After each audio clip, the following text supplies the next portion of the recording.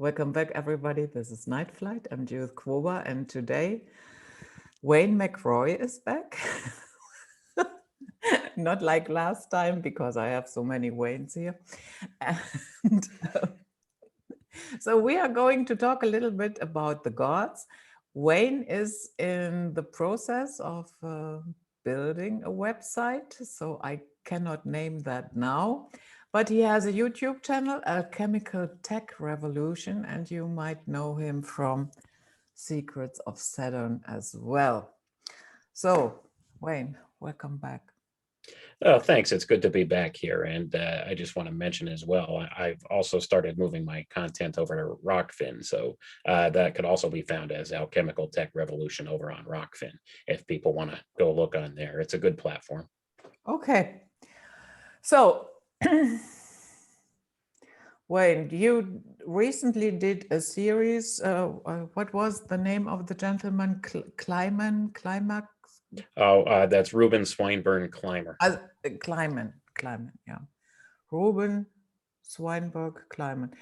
And you did a series there, and of course there was a lot of talk about the gods, so that we are all on the same page. What are the gods according to the secret societies? I'll give you a little bit of background on Dr. Clymer himself. His name is Dr. Ruben Swinburne Clymer, and he was actually a very high initiate in many of the different secret schools, most notably the Rosicrucians. And that's what most of his writings speak on is different Rosicrucian beliefs and different Rosicrucian teachings going back to the ancient times, tying back to the ancient mystery schools. So basically, this guy, he was very connected. He was a highly established member of many different secret societies. And like I said, the most notable being the Rosicrucians. That would be the most common one known to the people today would be Rosicrucians. So that being the case, that was primarily where he put out a lot of this material, was towards people within the Rosicrucian Brotherhood. So this wasn't initially anything that would be available to the public at large. This was teachings for initiates within the Brotherhood. So this is what he did, and he put out this book called The Gods, and it's got a big long subtitle and everything underneath it too. People could look it up, and I think I go a little bit more into that on some of the videos I did about this. But basically, what he's talking about is the ancient gods of mythology and stuff like that, and how this ties back to what he terms as quote unquote nature spirits or elemental spirits. So that's kind of the basis, the foundational basis for a lot of this. And these teachings are not unique to Rosicrucianism either. That's the other thing I found, and I went through another series called Unseen Forces, which was written by Manly P. Hall. And many people who are familiar with Freemasonry have probably heard of him, which kind of backs up some of what Clymer was saying here. So these are the belief systems that the people in positions of power today hold. I mean, these are the secret teachings, the quote unquote secret teachings that have been passed down through generations through the secret societies. It's all the same teachings, like at the topmost levels. They just put a little bit of a different veneer on some of it. Okay, but basically they all teach the same things. They talk about elemental spirits and how these are the basis of the gods of mythology and the gods of various religions of the world. These nature spirits or elemental spirits that they talk about. So that's primarily what Clymer goes into in that book, in that series that I did on YouTube there. Was breaking down some of what he was talking about there. And I give my own little asides on the whole thing. I give my own input into that because a lot of what they're pushing forward is really a convoluted view of some of these things. You can see how through the years, many of these teachings that came from old philosophical ideas were twisted into something that they weren't originally intended to be. So that's kind of what I was pointing out through the whole series, is he's laying down some of these foundational truths And some of this stuff is really true. And that's why I take the time to go through this stuff, is because a lot of this information is really good, valid information. There's a lot of truth to be found in there. It's just that these people at the topmost levels of these secret societies have twisted these teachings to kind of fulfill an agenda that they're looking for. So they've kind of let their egos take possession of this information and twist it and format it into a way where it benefits them. And it doesn't benefit humanity at large. So that's what they've done. They've taken some of these teachings, which have some true foundation to them, and they've twisted and manipulated them and turned them into something that they're not. And it's led to some consequences in our world today. Many of these things and how they use this information against us. So that's primarily what I had covered in that. And a lot of times I like to read directly from these texts so that people could hear the words coming out of their mouths. So this is not what I'm saying. This is what they're saying. Because see, that's the thing. What I have to say about it may not be so important. It's what they believe. That's the important part, because they have a lot of control in this world. They have people sitting in positions of power in this world that control things today. So that being the case, what they believe will affect all of us. So it's important that we understand what they believe. So that's what I try to do, is just break down, okay, here's what they believe. This is what they're acting upon. And this is why they do some of the things that they do. And when you start to understand in that different occult context, many of these ideas, then you could see why it is that they do things that they do. And that's kind of the conclusions that I've come through that.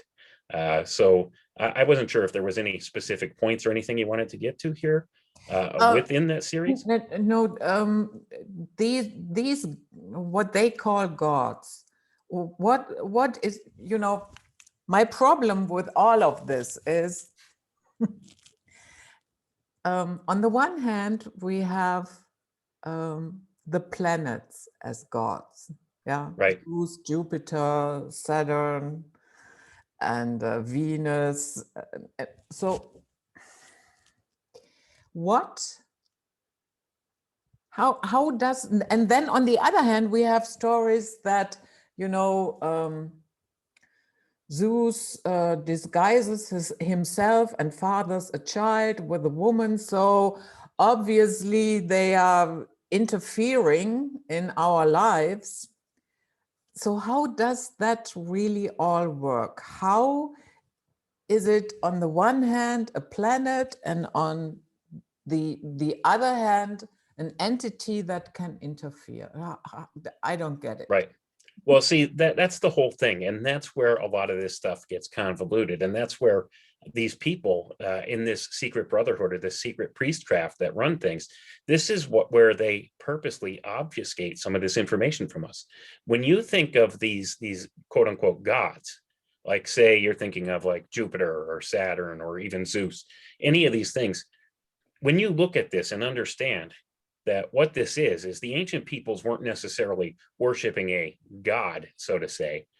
This was a personification of an aspect of nature that they were talking about in order to make things easier for them to understand. That's why they told some of these stories and stuff, because back in those days, like the written word wasn't as commonplace a thing. So in order to remember certain aspects of natural things of the natural order, they told stories about it. So they personified a lot of these different forces, I guess you could call them, or like Thor natural. And thunder? Yeah. I mean, that's a similar thing. So they personify like some of these natural elements as a god per se, and they tell stories about them. So that's basically what you're looking at. You're looking at more of a concept or an archetype, as opposed to say an entity or something along those lines. And that's where people have been misled for the longest time, because they're taught, oh, back in the ancient times, the Greeks believed in this god, and they worshiped this god and that god. Well, here's the thing: the stories they're talking about, aspects of nature. These are just different aspects of nature they're talking about. It's not necessarily this divine being that they're speaking of in those things. And that's where things have been convoluted, because the secret schools, in order to better control people, they put forth this narrative that this is what the people have always done.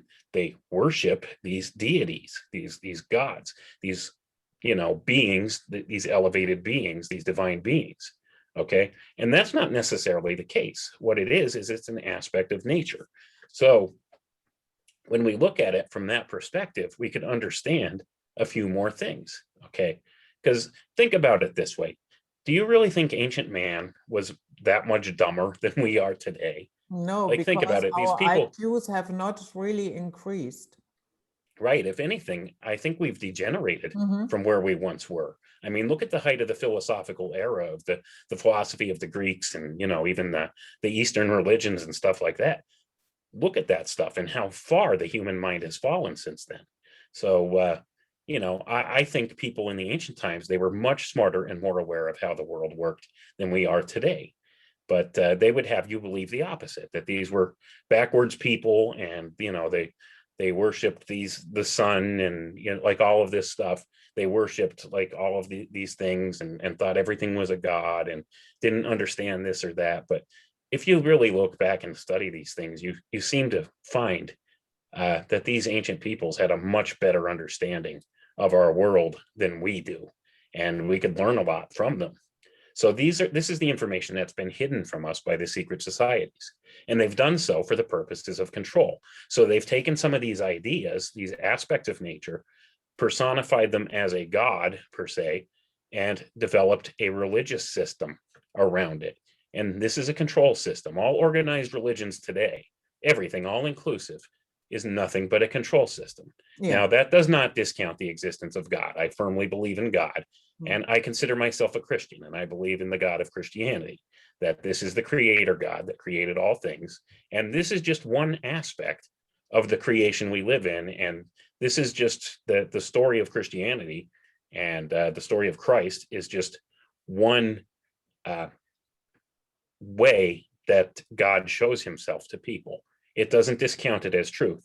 In fact, I think it verifies it more as truth. You could find a lot of truth through these doctrines. But the thing is, the people just look at the surface narrative and don't delve any deeper than that. And that's because of the religious control system that's put in place, the structure that the secret priestcraft have put in place to control people. So what you're looking for is an individual one-on-one relationship with God. And everybody could have this. You could eliminate the middleman. And that's what Jesus Christ was all about. He came to fulfill the law and end this division between God and man. See, that's the thing. So he came here, he showed the way, and said, hey, you know what, guys, you guys have this all wrong. Okay, that's basically what had happened. Christ came here to this physical plane and demonstrated to us, guys, you have this all wrong.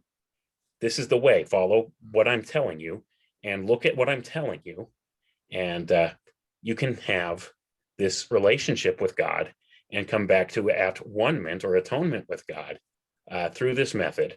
And you don't have to go through any of this dogmatic ritual. You don't have to go through this gnosis idea, which is held up by these secret societies. You don't have to do that. There's nothing wrong with learning information or seeking knowledge, but you don't have to have that to get back to this atonement with God. So he came and he demonstrated the way with that. And of course, mankind in his ignorance said, hey, this guy, he's telling us great things. Let's make a religion out of it. So that's exactly what they did. They made a religion out of it and turned it into a dogmatic control system like everything else. So that being the case, the secret priesthood, the priestcraft, grabbed hold of this early on, and you could see this when you look back at the ideas of like the Council of Nicaea and the early advent of the Vatican. They grabbed a hold of Christianity really fast and converted it into their system and turned it into a system of control, once again, like they always do. And they ported everything over through this. They decided, you know what, this is actually probably the best way that we could converge many of these other religious ideals into one. So they ported over some of the old Greek myths, the old Roman myths, all of this stuff into into Christianity. So that's kind of what they did. And they used this as the new control system through the advent of the Vatican. So with that being the case, the Roman Catholic Church became pretty much the primary conduit for these religious ideologies. But the whole point, I know that's a long tangent I just went on, but the point being here is this secret priestcraft has purposely obfuscated many aspects of the natural world that we as a society today have completely lost the understanding of. And they use it as a control system and a methodology of control, because that, they know about true metaphysical sciences and things like that, how these things really operate and work. They understand some of these forces that are in play that we don't, and they use them against us. And that's kind of where we're at. So when you look back at the old alchemical sciences or the old natural sciences, there's more truth there than what I think modern society would like to put there, or credit there. So that's kind of where I come from as a researcher myself. I found many links between our modern sciences and the ancient alchemical sciences, and how these things have been misdescribed to us. So that's kind of where I'm at. Because they misdescribe it, we can't possibly understand how it works. But they have people in positions of power that understand how it works and use it against us constantly. So that's kind of why I like to explore many of these books from the secret societies and stuff, and look at, here's what they say, and then you delve back further and you find, okay, where did they source this from? And a lot of where they source this stuff from comes from ancient Greek philosophy. And when you look into that and start reading that in the original context, you can see what they really meant here. And as you go through, like the timeline of the secret societies, you can see how one secret society puts this little twist on it, and then the next one comes along and puts this on it, until you get to the point where they've completely inverted what the original teaching was in order to usurp it as a control methodology. So that's what they do, and that's what I like to point out through this stuff.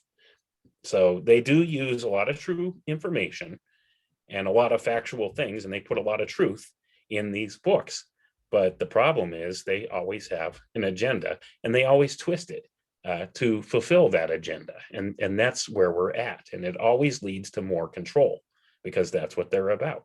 See, early on, this priestcraft, so to say, decided that they wanted all the power for themselves, and they wanted to become God. And they firmly believed they could do that. And that's why they've taken many of these ideas and twisted and used them against the public. And they do that through probably one of the primary ones that they use, one of the primary control tools is secrecy. Okay. And that's still one of the most powerful mind control tools that they have today, secrecy. They keep a little bit of information secret from people. And this ties back once again to the allegory of early man being, basically a very primitive being out there living in caves, feared for his life at night because he couldn't see the predators coming. Well, the first man that learned how to use fire to light a fire, this was a technology, okay? And he learned how to master this technology. And in having control of this technology, well, all the other men in that era, they went to him. He was their leader. This was the first priest king, okay? The guy that learned to control fire so that he could make light at night and keep the wild predators and stuff away. Okay, so this is what the allegory is. This is what they teach in the secret schools. So this guy was the first priest king. So that being the case, he would only teach who he thought to be worthy to use this technology, how to do it. So over time, he learned how to manipulate this fire and use it as a tool, and he only taught others that he thought were worthy how to do that as well. And they kept that secret to themselves. They didn't tell the other common people how to do it, so that the other common people thought, well, this guy has some kind of special secret divine knowledge or magical power or something like that, that he could do that and we can't. And that's kind of how they've escalated this whole secrecy thing through time. They keep the knowledge of how this works and how to do it from the public at large, and they have some form of control or sway over the minds of men.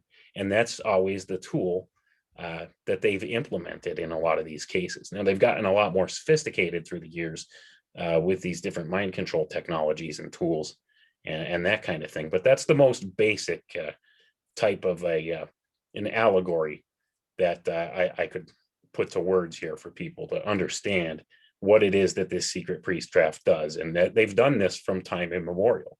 They kept certain things hidden from the public for themselves, discoveries that they've made, or other bright people within the society.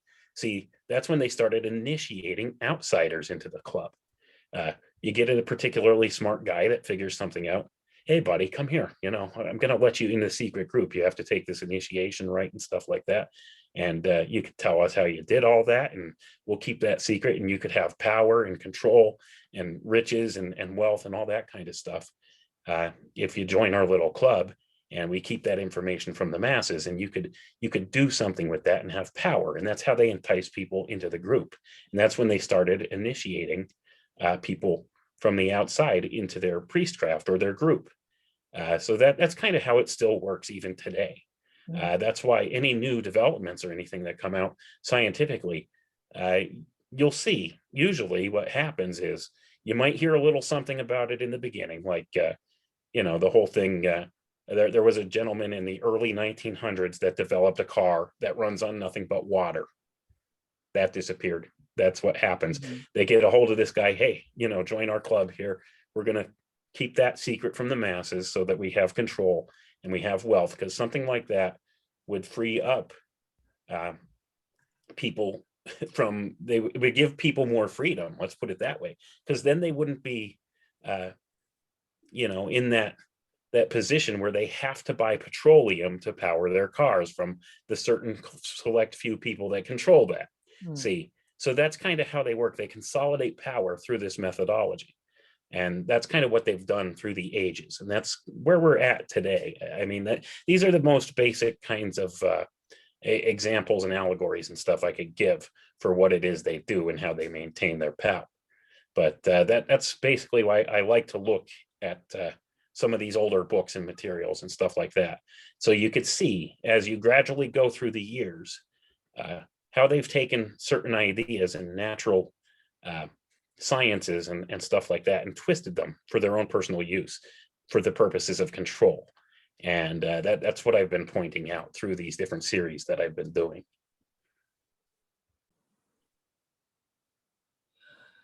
Does it bother you sometimes that Christianity has at its core,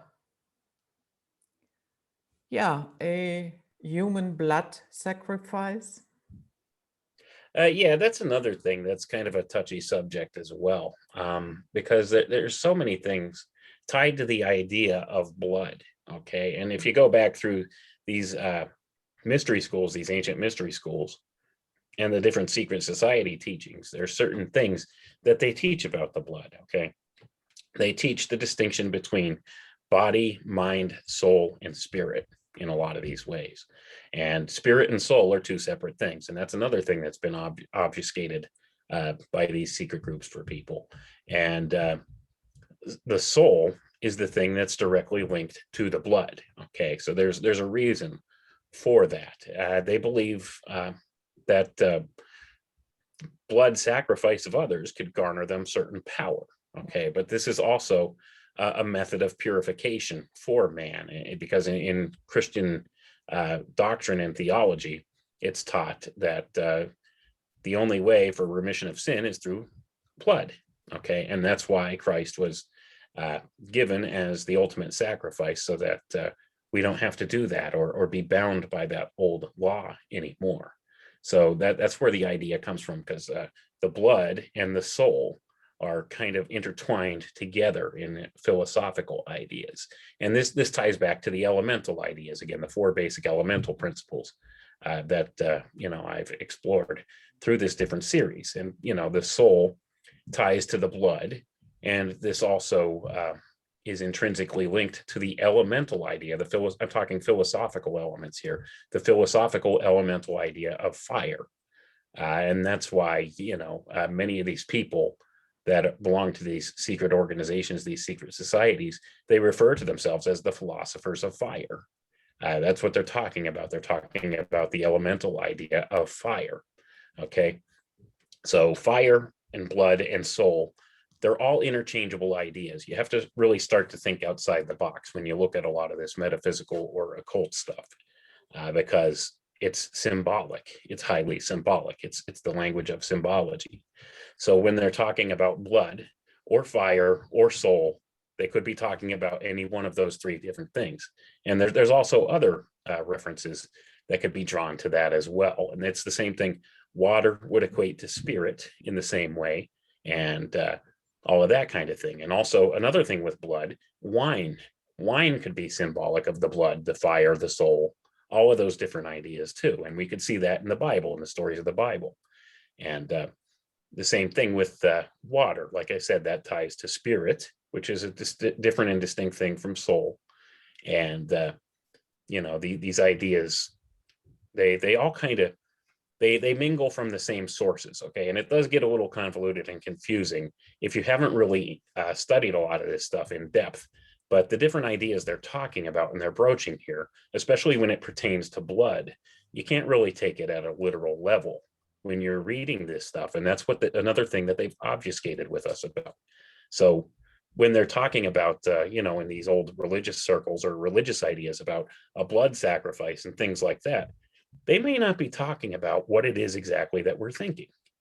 The problem with that being, though, is that many people in the lower levels of these secret groups and stuff, and the ones that have looked at these different religious teachings on the literal surface level and not the esoteric hidden meaning level, they might take these things as a literal interpretation and do this stuff for real.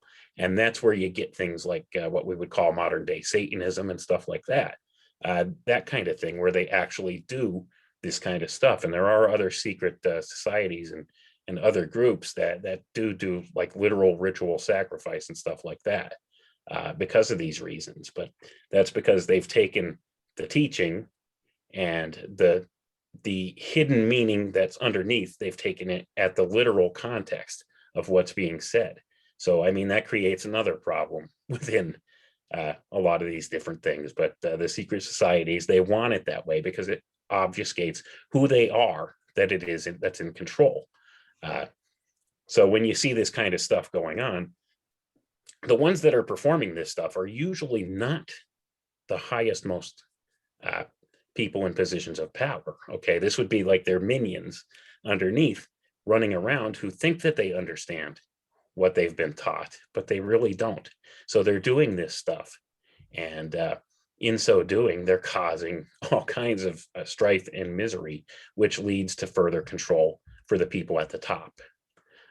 Because, it convolutes people's understanding of a lot of these premises. So that's the other thing. So a lot of good people won't dare look at this stuff like any occult knowledge or anything like that, because they're thinking of it in the term of what we would call Satanism in the modern era, where you have people doing blood sacrifices and stuff and doing all these weird rituals and ritual magic and stuff like that. And they think, I wouldn't want anything to do with that. All that stuff is bad. Discount it altogether. So they won't ever look at any of the occult information. And that's the whole thing where people get just really miss the boat there, because they're missing out on a lot of alchemical truths or natural science truths that are on the basis, once you learn to read into the esoteric portion of it and look past the surface reading, the surface narrative. Okay, because everything is kind of encoded and hidden under symbolism. And that's the important thing people need to understand. Symbolism, like symbolic things. They use different symbols to represent other things. It's a secret language. And that's basically what they do. They put this stuff out there in the public domain for all eyes to see, right? But it's hidden under this secret language. So if you're somebody who's been initiated and you have the cipher, so to say, to read this stuff in the esoteric, then you would understand what they're talking about. And it means something totally different than what the surface narrative does in many instances. So that's how they use this as a secret form of communication to, kind of put their plans out there. But at the same token, you also have where many of the ones in the lower levels of the orders, they don't fully understand or have the right cipher for things, because they layer the meanings in many of these things. There's layered meanings. There's different levels of meaning to each thing, depending upon what kind of level of initiation you have. You can read more into it, the deeper the initiation you have. So that's kind of how it works. But the ones at the lower level are reading something totally different than the ones at the highest level. And that's where you get this disconnect, and you get this kind of stuff going on, like all this really nasty occult devil worship stuff going on. is, when you get to the ones that are kind of the lower tier of the secret society power groups and stuff like that. That's where that all happens. Mm. So while researching this, did any deity stick out to you? What they really believe to be God? Well, And I could answer that question. Basically, most of these people at the highest, well, I wouldn't necessarily say the highest most levels, but the higher levels of these secret groups, they believe in secular humanism, to put it simply enough. They believe that man is the penultimate thing here, and that man is God, or is evolving into God and can become God. And that there is no creator God, so to say, that we're all basically the result of a manifestation of a force. So when you see Star Wars was and they're be with referring to you. the force, this is what they're talking about. Yeah. Okay, so they don't see God as being a benevolent creator God. They see God as being a force that can be manipulated by mankind.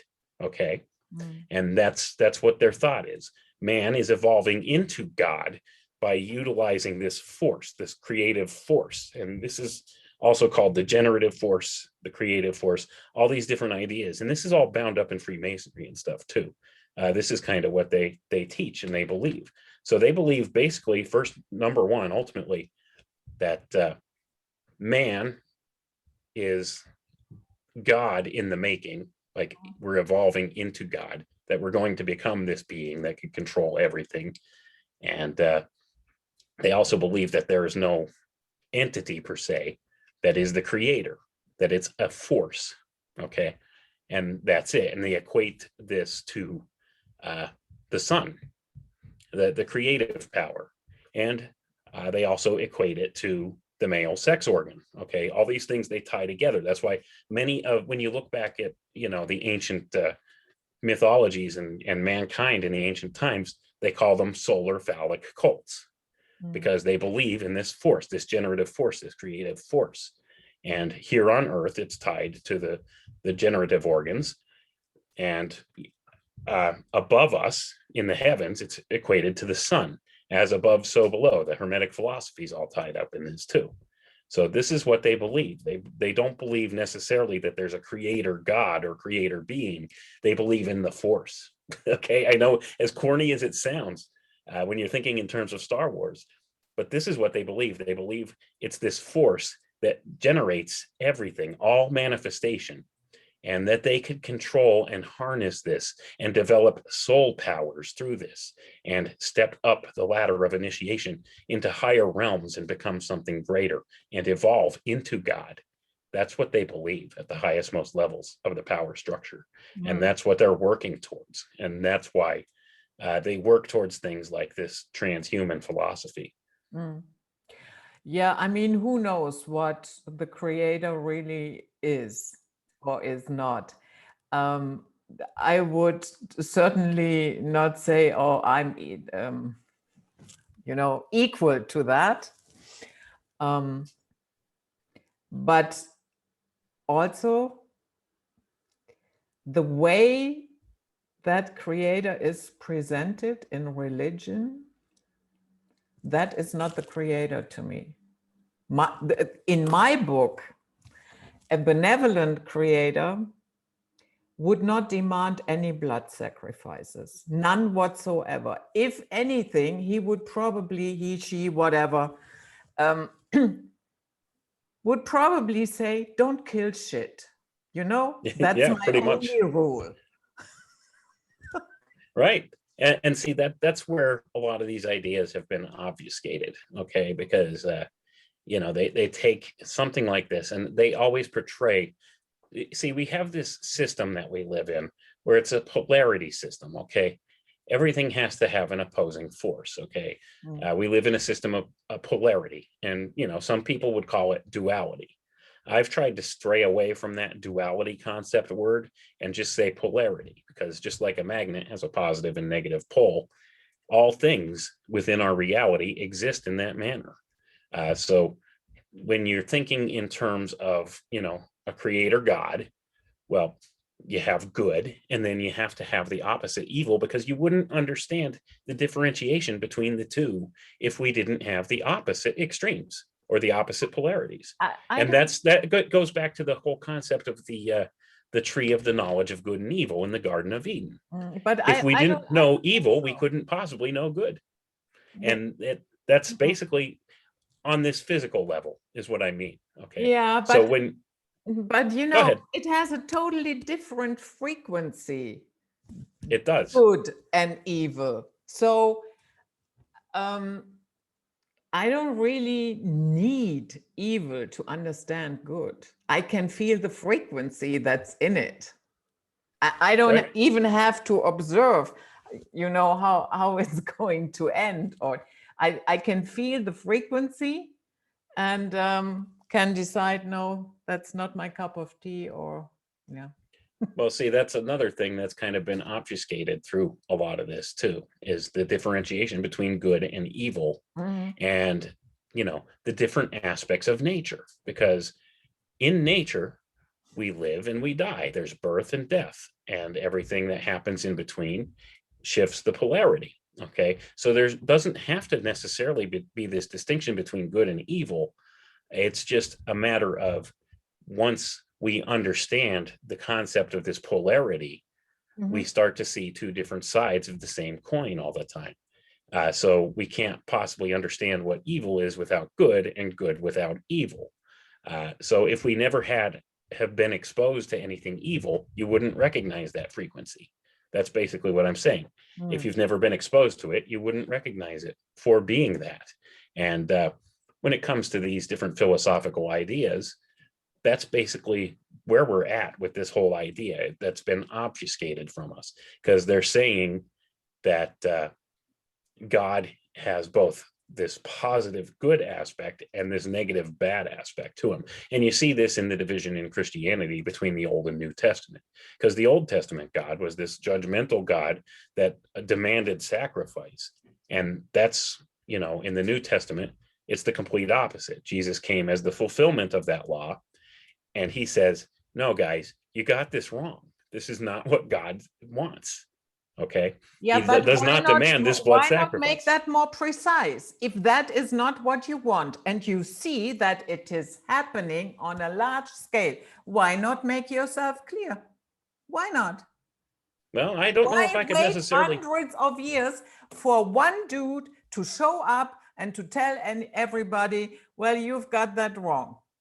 Well, many people would argue that that's not the case. That every generation has somebody that comes along and says, "Hey, this is wrong," and Yeah. it's up to each individual themselves to work this out within themselves, and that's the whole thing. It's an individual journey for each person. So having somebody come forward and say this uh, does not necessarily reach everybody on the same level.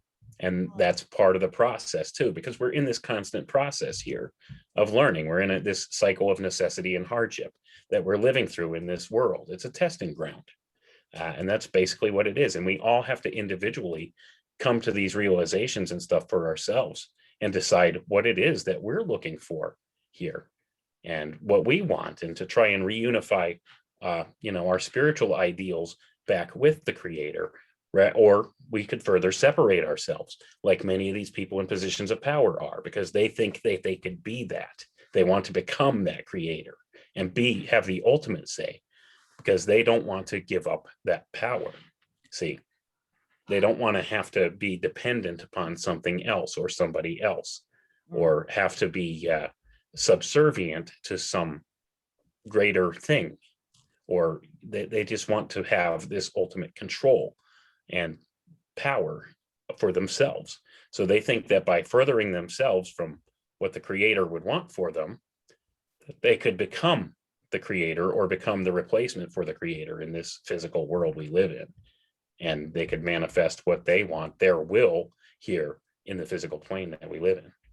Mm.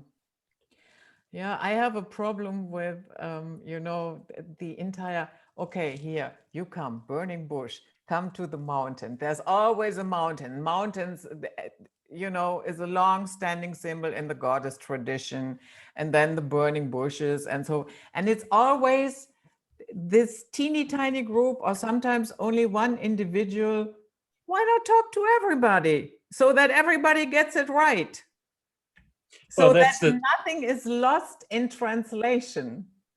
But see, that's the whole point here, though. I mean, a lot of these stories, they hit us at an archetypal level. It's something that's inherent in all of us. We understand these symbols and these archetypes when we see them. Okay.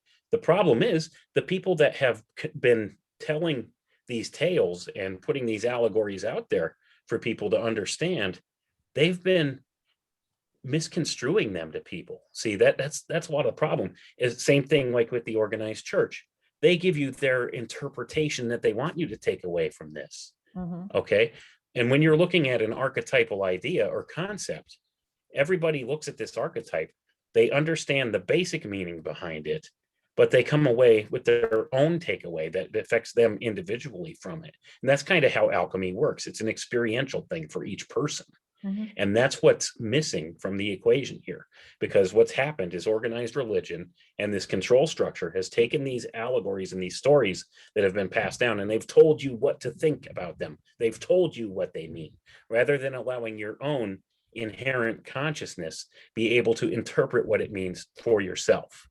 And they do this all the time with things like scripture and with all these different mythological tales and stuff like that. They take these archetypal ideas and they spin them and tell you this is what it means. Or they put this person that's the quote unquote authority figure within this structure or this system up there to tell you what this means. And they don't allow for that individual interpretation. And that's the exact opposite of how nature works and how alchemy works. It's an experiential thing, okay? It's subjective depending upon the viewer or the person that's observing it. It's in, and this is where like ideas like quantum science comes from. Okay. This concept that things can be subjective to the individual observer, and it could be different from one observer to the next. See, this harkens back to the natural sciences and the alchemy of things, whereas, but they've put their modern parlance on it and obfuscated it more to make it so that people don't understand what the idea is. But that's the problem with the organized religious control structure. They tell you, okay, well, here's the story of Moses and the burning bush. Rather than just telling you the story and letting you ponder upon it and think on it for yourself and come to a level of understanding on your own, they tell you, here's what it means, or here's what happened in the story, and it's literal. This is what it literally means. And that's a lot of the problem with a lot of these people that teach the Bible. They're telling you this is the literally what happened, verbatim. And that's not necessarily the case. There's a lot of subjectivity in there. And a lot of these ideas, like I said, a lot of these things are tied up in symbolism and archetypes. And when your mind could look through at the archetypal idea and analyze it for yourself and ponder upon it. And that's what's missing in our society. People don't think anymore. They really don't sit and ponder about the important things. Like, where did we come from? Where are we going? What's the meaning of life? They don't ponder about that. They're too busy. You know what I'm saying? They're too busy seeking entertainment or seeking out money so that they could live, so that they could pay for their stuff. And they don't ever take the time to ponder over anything. They just want somebody to give them the bullet points. You know what I'm saying? So that leaves open a door for manipulators to come in. And that's what many of these secret society people are manipulators, and the people at the topmost tiers of the power structure. They're manipulators. They'll tell you what they want you to think. And if you're too busy to really worry about it, you'll just say, okay, I understand now. That's what it is. We'll go with that. And that's what they do. And we could see that by all the people walking around with masks on. They don't take a second to think about anything. They just do what they're told because they don't have time, because that's something that's been stolen from us through this all too, through this control structure. On the other hand, they are sitting hours and hours in front of the fucking TV. Come on. Yep. Yeah. That's what I mean. They're too busy seeking entertainment. They're not thinking about important stuff. They've been conditioned to do that. Their attention spans have been reduced to that of a goldfish, Yeah. and they're just fed mental junk food. That's what it is. It's mental junk food. Keep you occupied with stuff of no real importance or value. And that's what they've done. They've conditioned people to just sit, watch their television screen, and obey orders pretty much. And that's all part and parcel of this mind control programming that's been going on for thousands of years now. And one of the primary tools they've used to do it is the religious control structures, the control systems, organized religion, many of these other things, and media is the big one now. Oh yeah. So would you say, because some people say, yeah, the secret societies at the very top, they all worship Satan. Would you say that is a true statement, or would you say, no, that's nonsense? It would depend how you would define what is Satan. Exactly. Like, that's the whole thing. Like I said, a lot of these ideas, it's a subjective thing, and it's an individual thing. But I could tell you, for the most part, the people at the topmost levels of these different control structures, they're primarily secular humanists who think they could be God. So they don't necessarily believe in a creator God or a devil or anything of the sort. They just see opportunity. And that's what they do. They use the opportunity to control and manipulate to further their ends. Their philosophy is the ends always justify the means. So with that being the case, they will do whatever it takes to achieve whatever goal that they want. So where is that coming from, that they are all Satanists? Well, because, see, the thing is, within some of the mid-levels and stuff of these different groups, you do have people who've taken many of these teachings and stuff that you've looked at through the secret societies. They've taken them at a sort of literal level, like the blood sacrifice stuff and things like that. And in so doing, like, they feel that they could contact these different spiritual realms for different forms of power by using these different rituals and stuff like that to contact these demonic forces of sorts, or these elemental forces, or however they want to refer to them as within the different groups, to give themselves more worldly power. And that's where this idea comes from, that it's a lot of the devil worshippers and stuff. And a lot of that idea also comes from the fact that the religious control structure that's been in place in Western society for like 2,000 years now would label things as such. Anything that doesn't fall in line with what they would call their traditional dogma or whatever, they would label it as being satanic. It's like a label that they would throw on anything that doesn't line up with what they would consider their godly values. Okay, they would call it satanic, and it's the same thing. It's a catch-all term. Okay, same thing that we would call today what has become the label that we put on many of these people, the secret power groups in charge. We call them the Illuminati. Okay, it's the same thing. We can't really just specifically identify who is this group or whatever, or these people, who are these people, but we could give them that term as a common thing. It's the same thing with the whole satanic label on it all. Now, are there like actual Satanists and stuff out there? Yeah, I'm sure there are. But by and large, I don't think it's the people at the topmost levels that are doing this stuff. In fact, we probably can't possibly even know who they are. We've probably never heard of these people that are really pulling the strings at the absolute top of the pyramid here. That's something people need to come to grips with. If you've heard of them, they're a public scapegoat. They're put there for a reason. So when you're thinking Rockefeller, Rothschild, Bill Gates, all these people that are out there in the public view, they're put there on purpose as the scapegoat for the reason to obfuscate who it is that's really calling the shots. We may not even, we probably have never even heard of these people, honestly, these dark occultists that run things. I know. I just recently did an interview with Gary Wayne where we talked about bloodlines. Yep. And we pointed that out as well, that all those people that you see in the public arena, they are not top level. No, not even close. That's the thing. Yeah, exactly. Yeah. And they're the ones that all the, the common folk would point to and say, this is the ones responsible for all this and No. everything. And No. it's like, no, they're just up there. They're an actor playing their part and doing their job. And they're doing it well enough to keep the people distracted from who's really calling the shots. Because that's the thing. I mean, you could only research so far up the power chain and get so high before things really start to get mysterious. Yeah. And and that's one of those things where I don't think anybody's really put together all the pieces of the puzzle. It's important that we all as researchers talk about this stuff and give our little bit of input, because maybe together we could start putting the puzzle together a little bit Yeah, more clear. exactly. Comparing notes, always a good Right. idea. Right. But that's one thing I think we agree upon here is the ones that you see out there that are being crucified in the public view, like the Bill Gates, the Rockefellers, Rothschilds, the Anthony Fauci's of the world. All these people, they're not the ones truly calling the shots, No. although they're given that appearance in the media circles. So that's one of the things that people need to understand. These people are not the ones that are really calling the shots. So they're only part and parcel of the problem.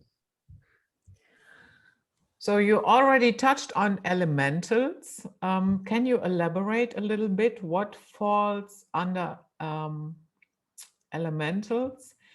And are those elementals using us, or at least try to use us as portals? That depends on who you talk to and whose point of view you're taking on Okay. this material. Going back to the Rosicrucian teachings and stuff that I was speaking on in the videos that I've done, they believe that these elemental beings, that they exist, that they're a form of nature spirit, that they are of a higher material than man, and man is constituted by the four primary philosophical elements that were a combination of earth, air, fire, and water. Whereas these elemental beings, they exist in only one of those forms. So they're made of a finer material than we are. And that sometimes they could manifest here physically in certain forms for a temporary period of time. And they've traditionally called these, like the air elementals, they call sylphs. The water elementals, they call undines. The earth, right? The earth elementals are known as gnomes, and the fire elementals are called salamanders. And that's basically what they believe, that these beings, they're of a finer material. They exist somewhere in between our world and the ethereal, and that they could manifest here. They have different powers here within this realm, and they could exist only in the element that they belong to. But there are rare occasions when they can manifest physically. And they also teach that it's a high honor to save these elemental beings from death, because they don't have an immortal soul like man, by mating with them in certain instances. And that's where a lot of these different secret society groups and stuff take an interesting and disturbing turn when you start to look at the different rituals and things that they do. They believe that they could actually mate with these elemental beings, and they also believe that in some instances the offspring of one of these elemental beings and a human female can generate what they would call a messiah type figure, or something of that nature. And they claim that there have been numerous ones of these through the ages, and that's how they explain what they call the Immaculate Conception and the divine birth of Jesus Christ. They claim that Mary had mated with a fire elemental, a salamander. Okay, and that's what they claim within the Rosicrucian brotherhoods. All right, so when you look at it from that aspect, first of all, there's all kinds of problems and stuff with the idea when you go back through time and look at the original concepts of where this came from. The idea of elemental nature spirits and things like this derives back from the ancient Greek philosophies and stuff like that.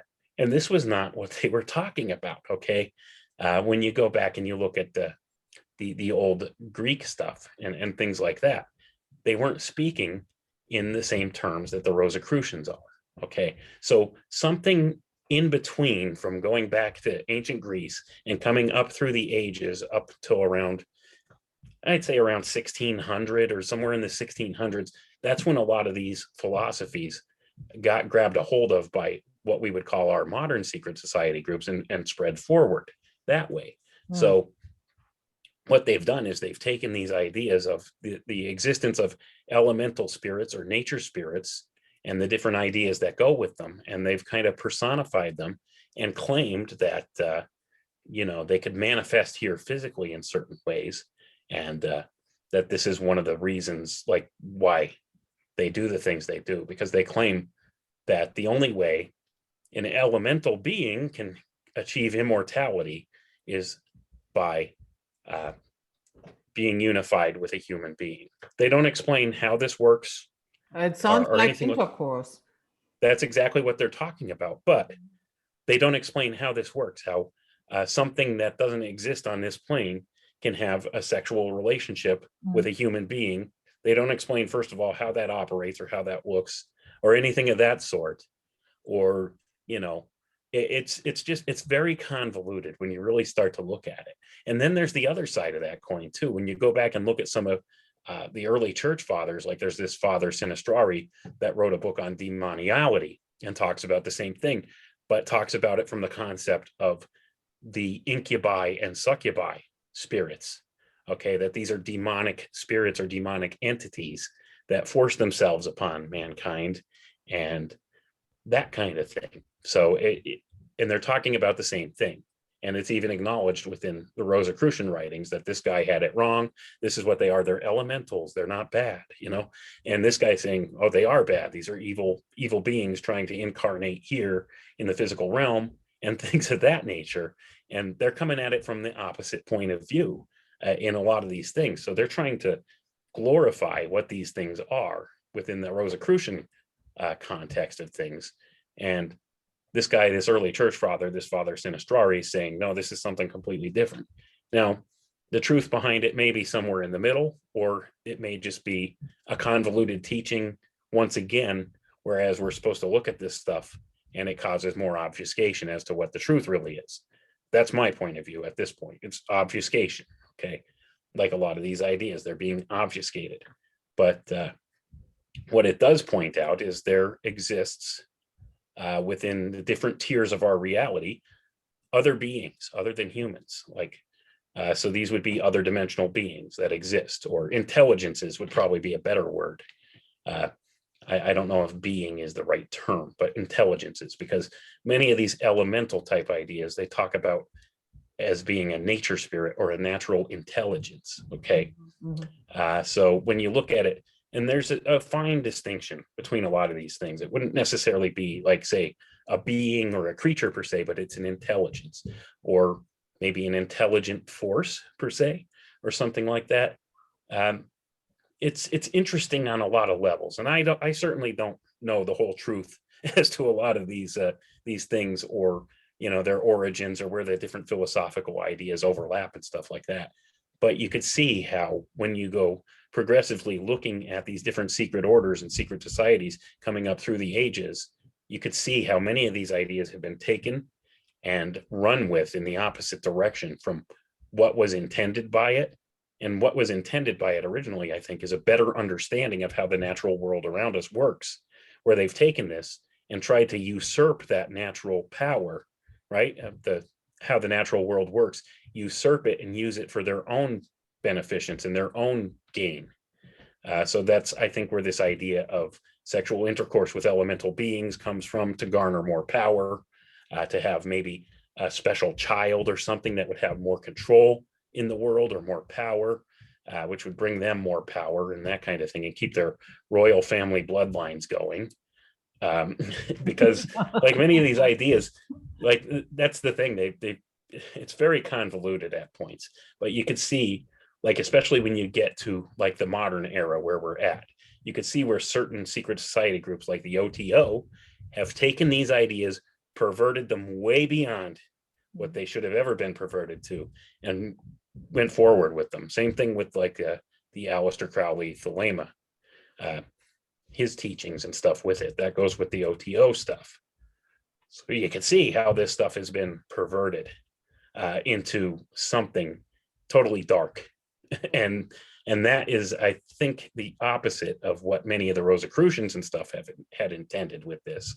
But you can see how it gets twisted and convoluted and perverted by these other groups, and it's allowed to go on by the people at the topmost levels of these secret society groups. They allow it to go on for the purpose of obfuscating what they really know, what the real truth is, so that people will stay away from it. You know what I'm saying? So you already mentioned the early church fathers. I will briefly share my screen. Okay. And you tell me what you think about this. This is Justin Martyr, and he was born in 100 AD. He was a Christian apologetic and philosopher.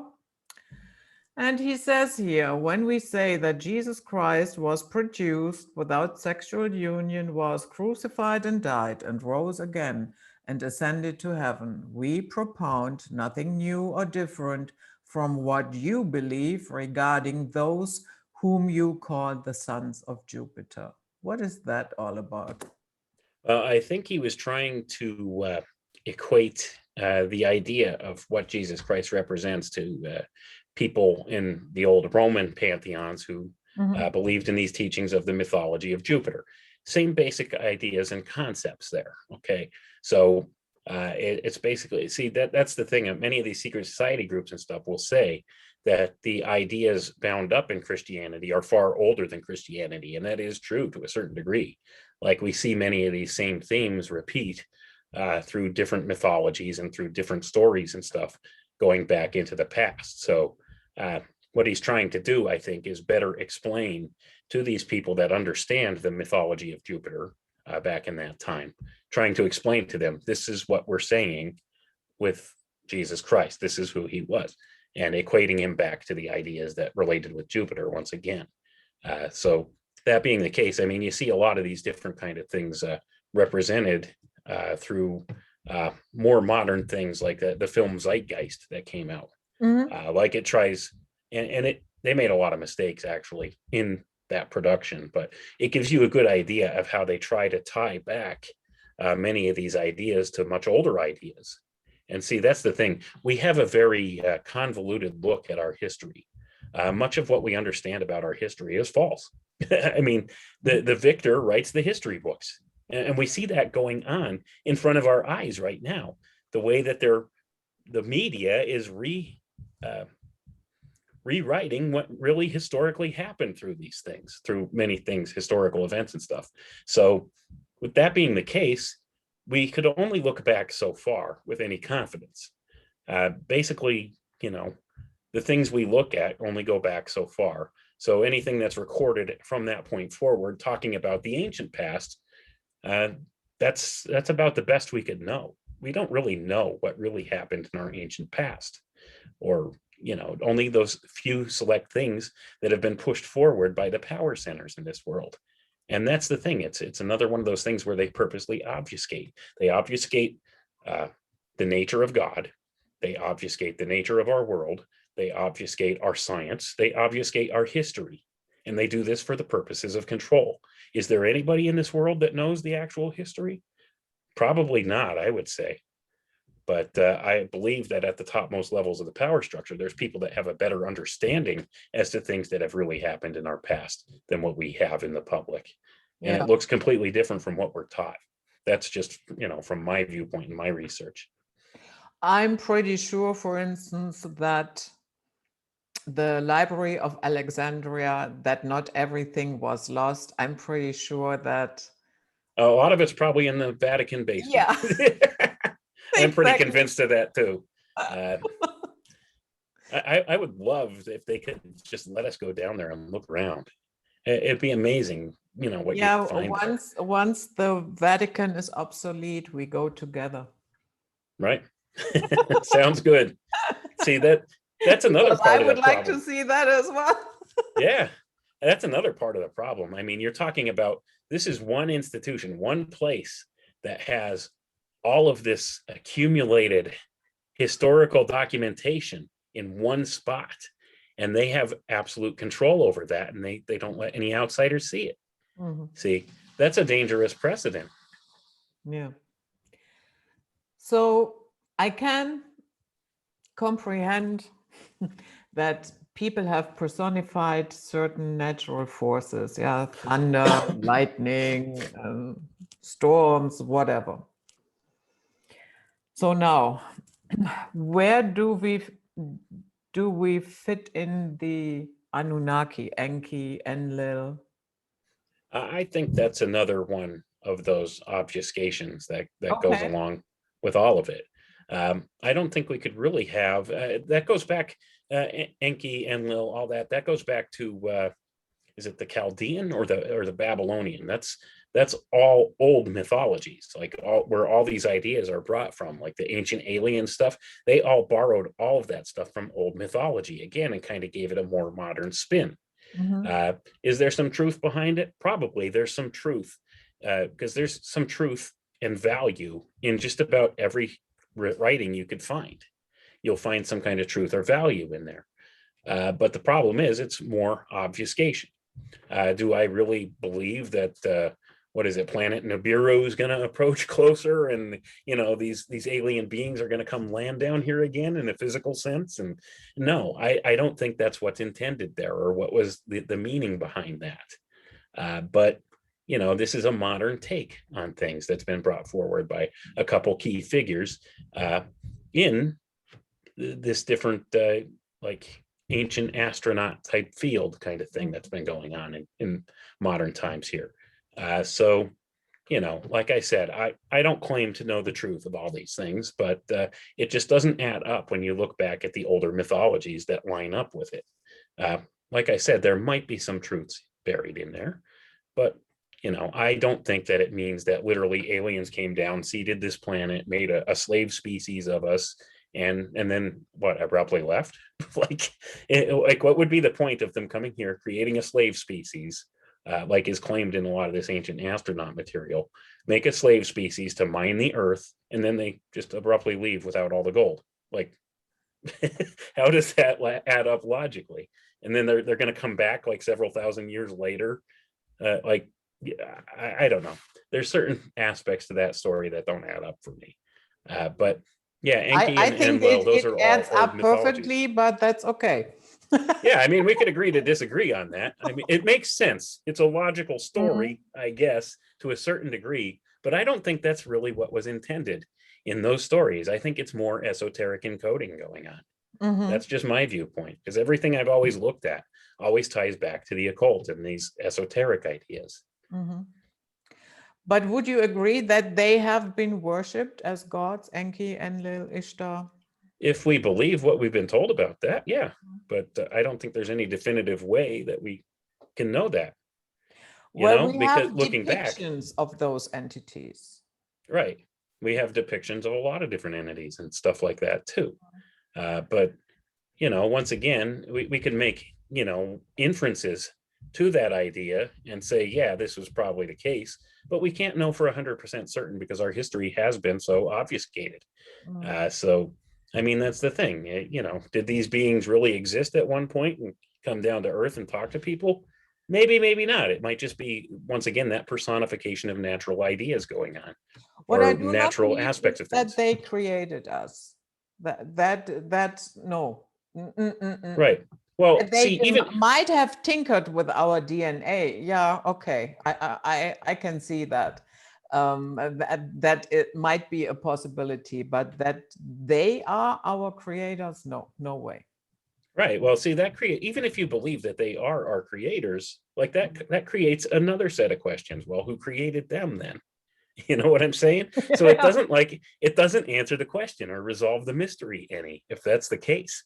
So is it possible we had beings tinkering with our DNA? I think that's a very likely thing, actually, because if you look back at the biblical account of things and go back to the book of Enoch, you had these beings that they called the Watchers, who came down and supposedly mated with human women, and these were the fallen angelic beings from the Bible, came down, mated with the earth women here, and reproduced what they called the Nephilim. Okay, or these there were giants in the earth in those days, and also after that.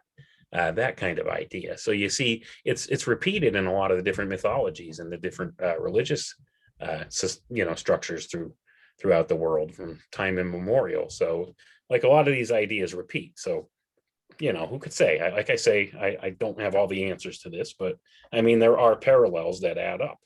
So I think it's likely that something or some kind of a being or outside entity that doesn't belong in this place may have tampered with our DNA or that kind of thing long ago, and we're kind of repeating that cycle today. I think that's a feasible thing to say, because we see, that going on today. We're tinkering with our own DNA, Yeah.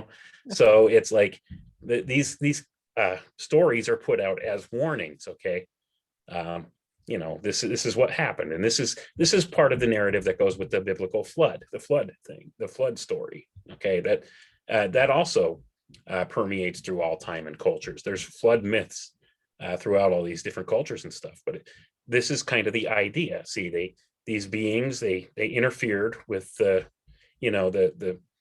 DNA and stuff here, and they begat giants, and the earth was full of violence and stuff because of this, and that is ostensibly why the great flood came and wiped all these beings away, and that kind of thing. So you Yeah, could see these not different quite. parallels. Not quite, but yes, because it said also after that, after the flood, there were also these beings, but it wasn't as prevalent as it was back then. And once again, this gets to the whole question of, well, our history has been obfuscated to such a degree. We don't really know exactly what happened, but these stories exist as a way to tell us, hey, you might want to look at the allegorical idea here and maybe try and stray away from it or do something differently, because it didn't end well. That's the whole point. It didn't end well. So we could have some of these archetypal ideas come forward and understand maybe we shouldn't pursue this avenue of thought with this stuff, or maybe we should proceed with caution because it didn't end well in these stories that were given, that there certainly has to be some kind of truth tied to, because we have so many different cultures throughout all time who've had these same allegorical ideas in their stories and their mythologies. When you talked about the Watchers and the fallen angels, you know what I sometimes think? To me, I can imagine that those Watchers have been at one point maybe mistakenly be worshipped as well. Oh, it's possible. I mean, Yeah. it's not to say that's not possible, but what I like to try to let people understand is that in many instances, when we look back, especially at mythology, what's being represented there is not necessarily like a physical being that came down that people worshipped per se, but it's like an embodiment of a different archetypal idea of a natural force or a natural type, uh, archetype. I would say is probably the best word. A natural archetype. It's the personification of a natural archetype, because we as people like to personify things, or attribute personality traits to things. We do that all the time. So I think that's kind of what has been going on with most of our mythology, and we've kind of misinterpreted that through time, and that's through this secret priestcraft coming down through the years, telling you, here's what this is, this is how you're supposed to interpret that, and that kind of thing. And it's kind of been indoctrinated into our brains to think in those terms, that ancient man worshipped these gods. Well, maybe not. We weren't there. We don't really know for sure. It's not to say it's not possible that, yeah, maybe there were these beings that came down that were from somewhere else or something, and people worshiped them. It's not to say that's not possible too. It is, because we really don't know, because we've had so much of our history hidden from us, and so many things misdescribed to us. We can't possibly know in the modern era what things were like back then. A lot of people claim they had like advanced technologies and stuff back then that we're just now rediscovering. That's possible too. but we don't know, because the history we've been told is, they were primitive, they had the wheel and fire and like that kind of thing, and we didn't get away from like horse and buggy until the past 150 years or so. And we haven't, and since then we've advanced so far so fast, with rocketry and airplanes and all of this stuff, but they never had that stuff previous. Even though, I would say that ancient man was probably a whole lot more intelligent than we are. So when if I that's the read the case, Bhagavad Gita, I have the feeling there were, there were flying machines and all kinds of things like that. Right. That's the thing. I mean, we could see it, but it's like the language, there's that language and culture barrier that's between us. And then, we have that whole gap in between, and, mistranslations go on, and we're only told, this is what this means, or this is what this says, when we can't possibly know for ourselves, because maybe something was mistranslated from the ancient language. And there's very few people that really speak a lot of those ancient languages. So the only way we would know is if we were one of those people that understood that ancient language and personally translated it ourselves. And that's where you get into this whole idea, this concept of control, because when you look back through the histories, there's very few people that really translated many of these ancient texts. So if they were wrong, or if they wanted you to believe something that wasn't necessarily there, and they told you, here's what this means, well, they could kind of change the whole subject matter altogether, can't they? And that's kind of where we're at today with a lot of things too. Like if you're looking at, say, something like CERN, okay, you're familiar with CERN? Mm-hmm. Well, they ostensibly, what they're doing there is they're trying to collide these particles to find these smaller and smaller particles, and like what they call the God particle, or this the force. Right. So they're trying to find these things, but who's the only person that would really know if these things really exist or not, or who would really know what it is that they're looking at with this data that it collects? Well, that would be the computer programmer, wouldn't it? So see, you could see how information can be controlled by a very small number of people. So if they program this computer to only, to every once in a while just randomly show these pings and say, oh, well, that means we found the God particle there. Well, who's going to say otherwise? I mean, if you're not the guy that programmed the computer to, like, you wouldn't know what the parameters were, and you couldn't say, well, that's not true. And then everybody else who's trained to work on this computer that the computer programmer programmed, they're told, look for this, and this is what this means. Well, of course, they're going to believe that because, well, the guy told them, right? He's the only one that knows for sure. So when you look at something from that point of view, this is how information could be controlled by a very small group of people. So it works the same for science, for history, for all of it.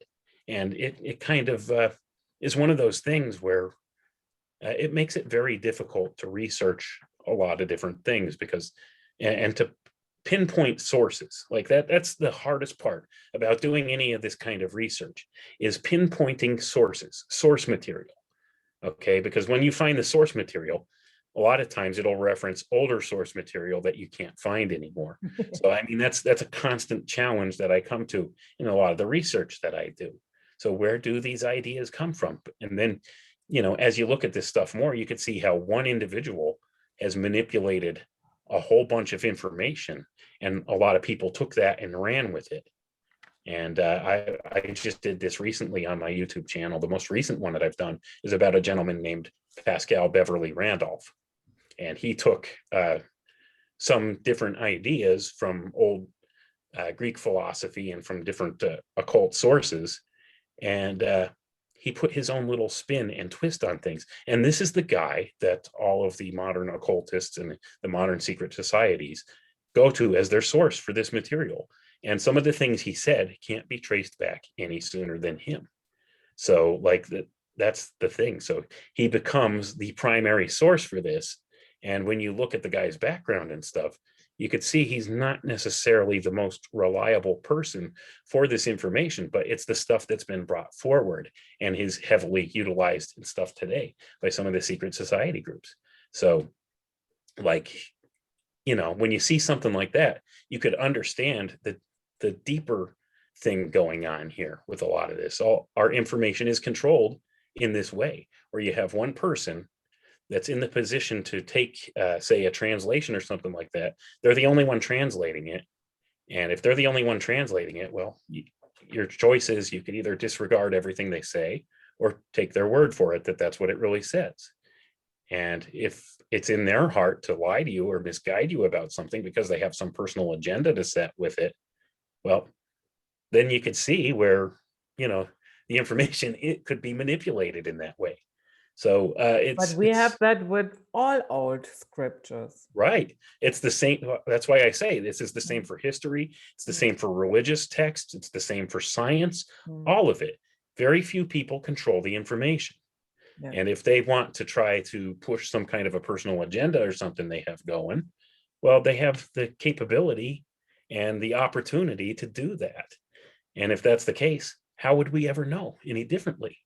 And that gets to be one of those things where I said this is always a roadblock in doing any of this kind of research. Is you have to go back and try to find the oldest source material you can for things. And sometimes you could find multiple sources that line up with the same ideas. And sometimes you could only find maybe one that puts forward this idea. And then you could use that to see, well, where did this idea originate? And then you could see, well, where did they get this from to formulate this idea? And if you can't find where they formulated this idea, a lot of times that means that they had a direct agenda to play with that. And, it's not to say that necessarily the information's bad or anything. It's not all the time. It just makes it difficult to do this kind of thing. So that's just my own personal thoughts on the subject of like researching a lot of these topics. So what I was going to say that let's say, just for argument's sake, Enki and Lil, they roamed around here for a while. Or when I look at the history, let's say the stories surrounding the gods, what do I see? Infanticide, patricide. Yeah, fathering children all around the universe, and deception and adultery. So yeah, war, of course. Yeah. Yeah. And sometimes I cannot help thinking that maybe all that nonsense has been introduced to us by those beings. Maybe we would have had a totally different trajectory if that intervention had never happened. And that's very possible. I mean, when you think about those things,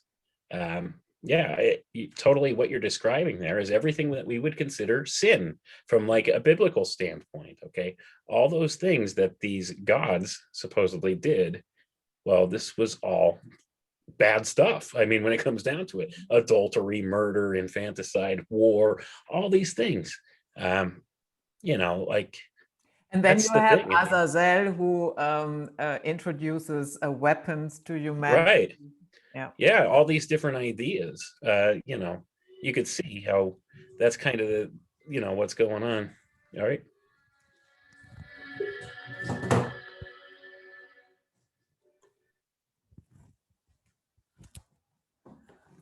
I'm very sorry. I don't know where that came from. That's okay. I thought something was wrong for a minute. I don't know why this went off. Yeah, okay. So well, anyway, the things you're describing, anyhow, this is all like what we would consider the bad stuff. And who knows, maybe this was introduced to our society by some kind of an outside force that doesn't belong here, that has completely thrown us off the track of what we would have been otherwise. Yeah. That's possible. It's also possible that we've also used that as an excuse to not take responsibility for ourselves in a lot of these things. That's also a possibility. Yeah. And that's one of the things that I think as society we need to be able to do.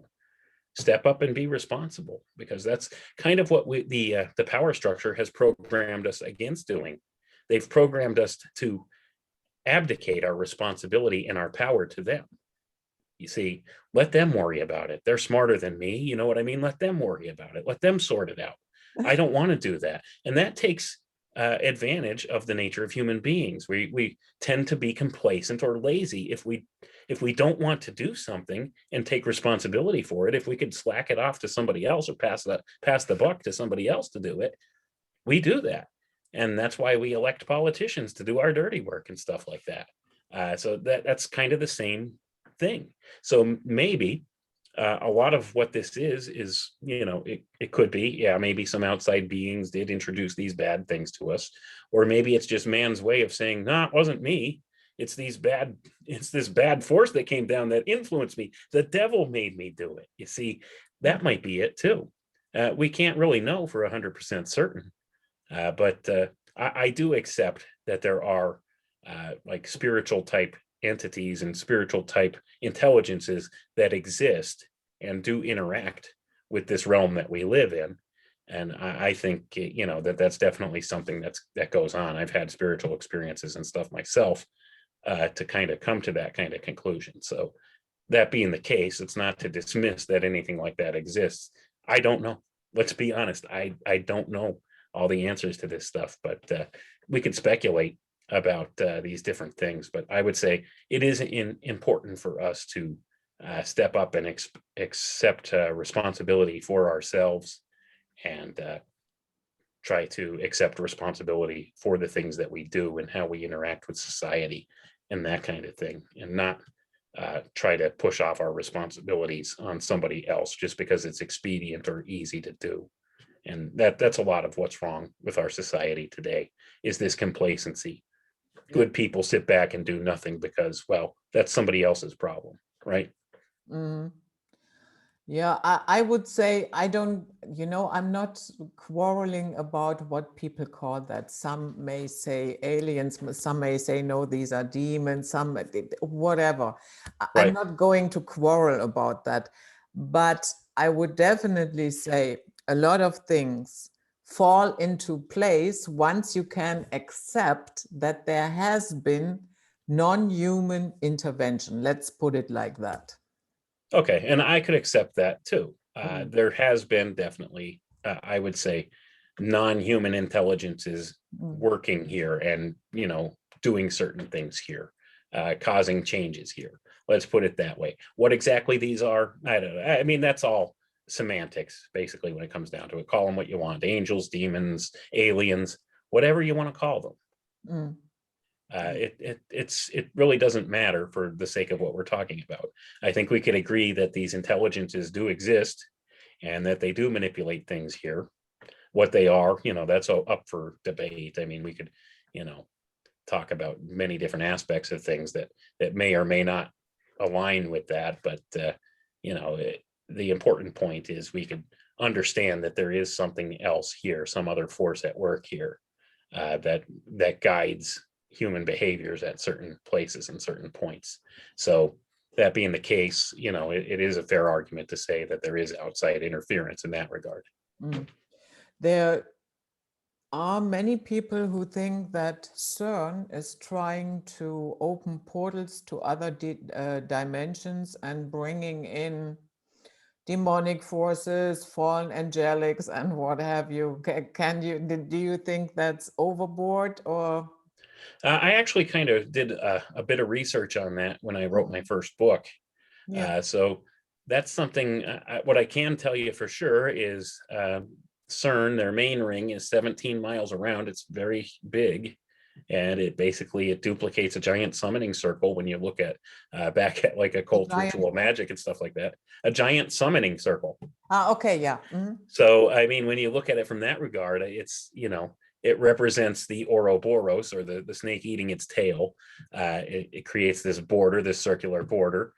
17 is, sometimes construed as an esoteric number. It's been a while since I've looked at it, but I don't remember exactly what the connotation is there with the number 17, but there is a connotation there of sorts. And they have had where people have taken pictures inside the tube when it was operating, and have caught images of faces in there. Mm-hmm. And I have pictures of these in my first book. too. It's, they're kind of blurry looking and, kind of pixelated looking, but you could see that there's a face there. Now, is this an actual thing maybe coming through, or is this just pareidolia, or the human mind's, initial way of how it looks for faces, like facial features within different objects? It's a natural thing that our human brain looks for. It could be that. I don't know for sure what that is. But I mean, there are evidences that maybe that is what the intention is at CERN, is to, create some kind of a either passageway or, an information link to some other dimension or space or whatever you want to call it. That connotation is there. I mean, they have a statue of Shiva sitting Yeah. right on their campus on the front lawn. That's the destroyer of worlds. Yeah. So I mean, there's all these different connotations and stuff there. Plus, there's a lot of occult stuff that goes on there. Like they several years ago, they had some kind of a ritual was captured, and it went all over YouTube. I don't know if you remember that. Yeah, but that They were was a doing some kind of hoax. That was a total yeah. hoax. Whether it was a hoax or not, Mm. still they put that idea out in the public consciousness. Yeah. Okay, and there's a reason that they do that stuff. So it's one of those things where you could look at it and say, yeah, I mean, you could make some circumstantial evidence arguments that might be what they're doing there. That might be the intention. Whether it's actually working or not, who could say for sure? I do also know that they have a D-Wave adiabatic quantum computer there at CERN that they use in some of their projects. So that being the case, I mean, this quantum computer allegedly works on the principle that it could actually gather information from, other sources, like outside dimensional sources, in some of the claims that the CEO and stuff there has made. So who knows? I mean, maybe it's just for intelligence gathering, or maybe they're really just looking for particles. Who knows? I don't buy that they're looking for particles bit, because that's an awful lot of money funneling into something to look for these particles that, well, let's face it, nothing consequential has ever come from that research that has helped humanity in any way for how long. We have no greater understanding of how the universe works than we did before. So what good has it done? So I can't see how that's the whole intention behind it. So I think there may be something else going on there that we're not told about. Yeah, and the fact that there are so many, I mean, CERN is not the only one. China is even has or is building a bigger one, and yeah, so many are doing that. And yeah,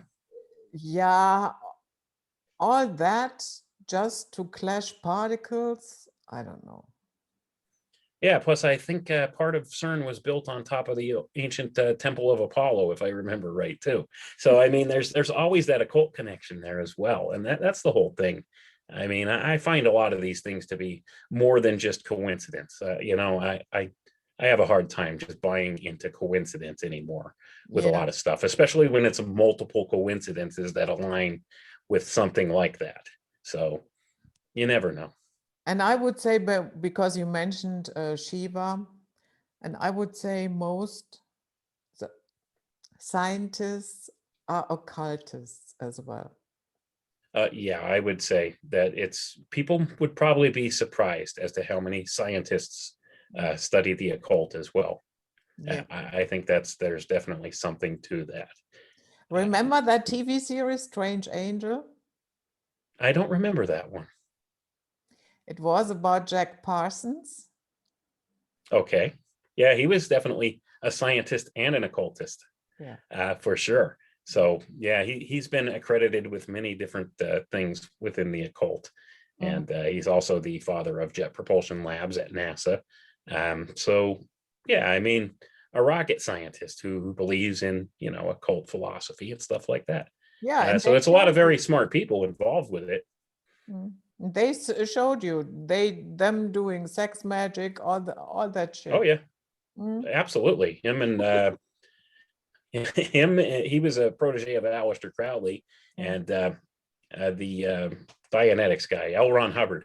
They worked together in some of these rituals, and L. Ron Hubbard went on to found the Church of Scientology, which is also another occult order of sorts.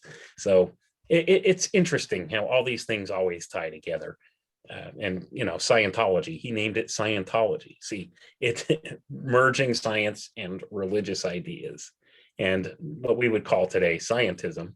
Uh, that's what our modern religion is. It's the cult of science, scientism. That's what they're pushing today. Yeah. And another religion is government. Another religion is money. Yeah, it's all control systems, right? Basically, when it comes down to it. Yeah. So when you say they are trying to become gods, elevate themselves, and yeah, that fits perfectly into the transhumanist agenda. Yes, it does. Yes, it does. That's the whole philosophy behind the transhumanist agenda. And it's an ancient philosophy. It goes back way further than people think. It's not a modern thing. Transhumanism has existed under other names in times past. That's the modern fruition of what they want. They see this as being a possible thing now within their grasp with modern technologies that we have. They seem to think that they could actually merge their minds and their consciousness with machines and become gods, have total control over this place, and be able to create their own worlds. I see my internet connection got unstable for a minute. Are you still hearing me? Yeah, I'm still with you. I can see you. I can hear you. It did, yeah. Now it's red again. Okay. Yeah, it looks like it's back up. That was weird. Yeah. My internet connection went a little wobbly. Sometimes that happens. I had one interview a couple of years ago. I just did the introduction and said the name of the guest. And what usually never happens, my entire internet went down. Even the router was gone.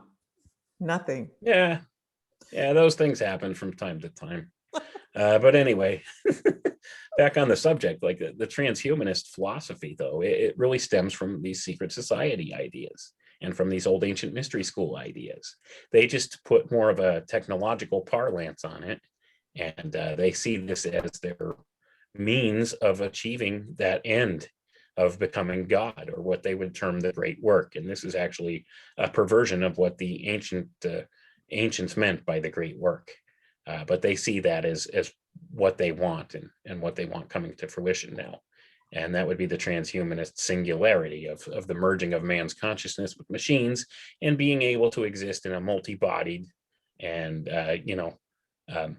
type of a system where they could exist. They could upload their brain to a computer and exist in any form that they want, download into any receptacle they want, exist in virtual worlds, create virtual worlds, be able to manifest things here in the physical world.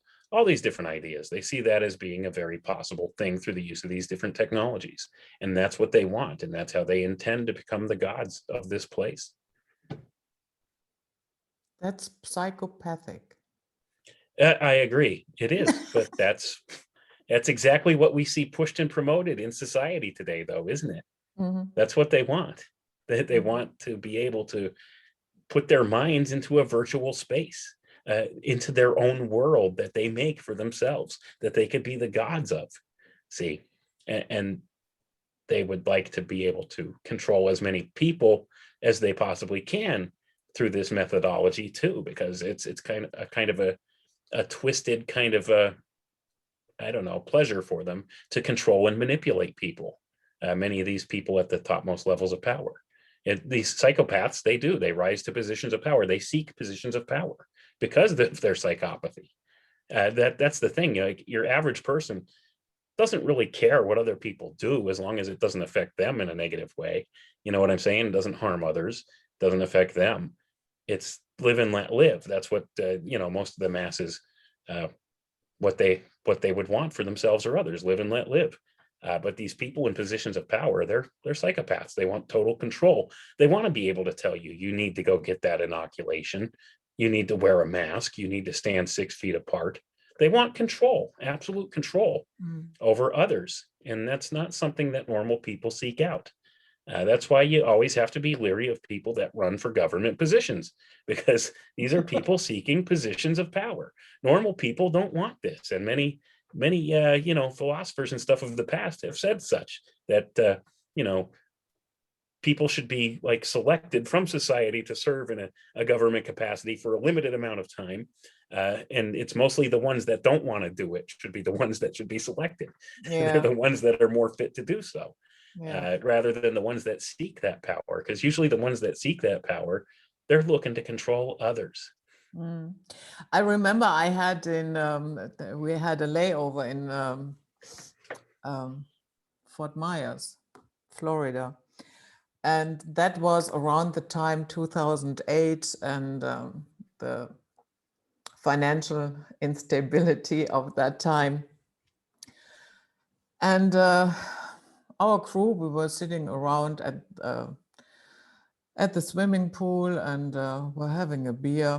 And we started talking about that financial nonsense that was going on. And then I pointed out a couple of things, and our captain looked at me as if, yeah, not as if I'm crazy, but after a while he said, "Why don't you go into politics? What are you doing here?" And I said, "Seriously? Politics? You want me to go Yep. into politics?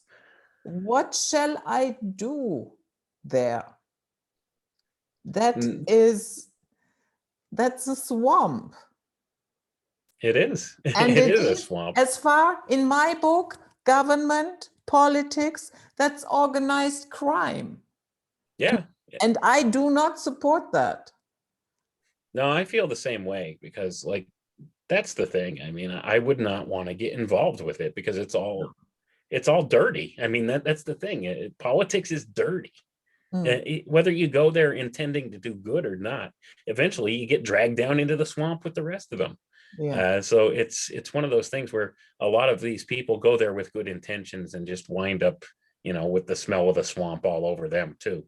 Yeah. So it's a rigged game. Let's put it that way. Yeah, because if you don't play along, your career will be very short.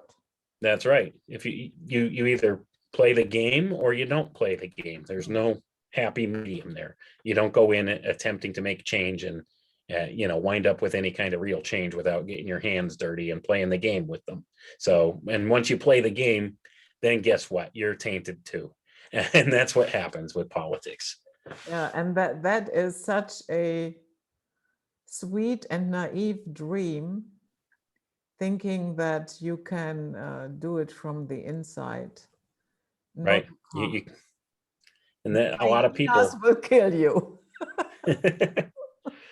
and a lot of people have that kind of mentality. They think, oh, well, we could change the system from within, or, Yeah, good luck with if that. only we elect the right people, things will change and be different. Now, that's the definition of insanity, doing stuff the same way over and over again, knowing full well that it doesn't work. That's the problem. You can't change a system from within. It doesn't work that way. Yeah, exactly. And, you know,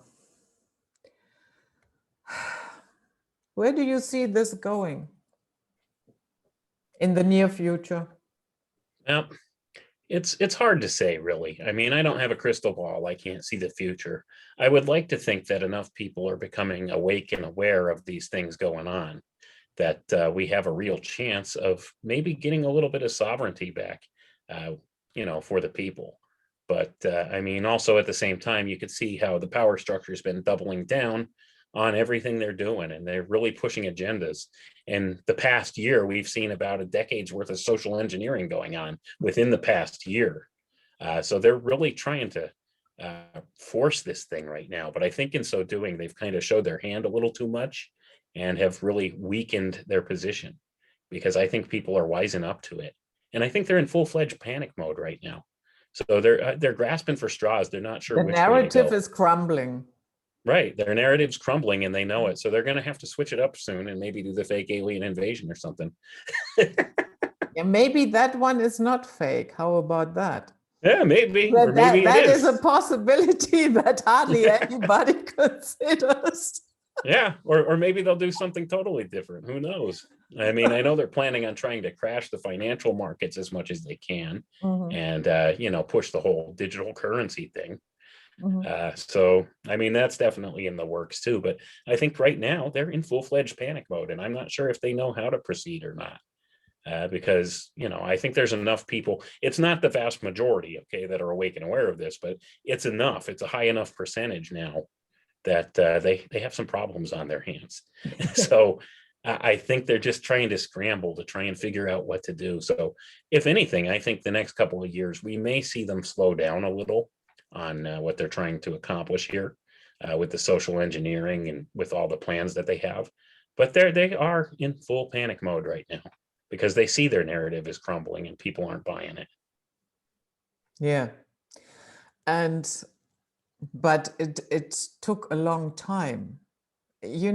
Honestly, we could have, if people were not so fucking stupid, yeah, and brainwashed, we could have been done with that in 10 days. It would have been Absolutely. over. Right. But people, for some reason, they trust a stranger on television to tell them what to do. And a lot of them won't take off even the stupid mask until a stranger on television tells them it's okay to. Yeah. It just boggles my mind. They've put so much trust in this system that has been proven to be full of liars and deceit for so long now that it boggles my mind. Why do you keep listening to them?